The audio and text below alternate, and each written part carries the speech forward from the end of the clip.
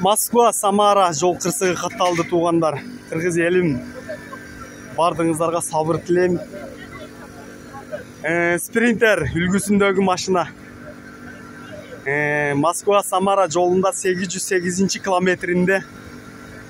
Бүгүнкү число 21.08.2022 жыл. Спринтер үлгүсүндөгү машина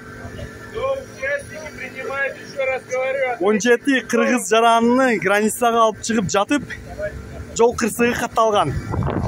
Дагы бир жолу айтам.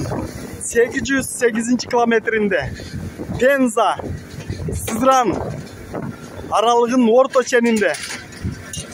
Ориентир. Ошондуктан бардыгыңыздарга туугандар, сабыр тилеп кетебиз. Менин 2 таанышым бар эле. Азыр тирүү чыккандар да болуп атат арасында. Ушундай КамАЗ үлгүсүнүн ортосунда калып кеткен чоң спринтер үлгүсүндөгү машина.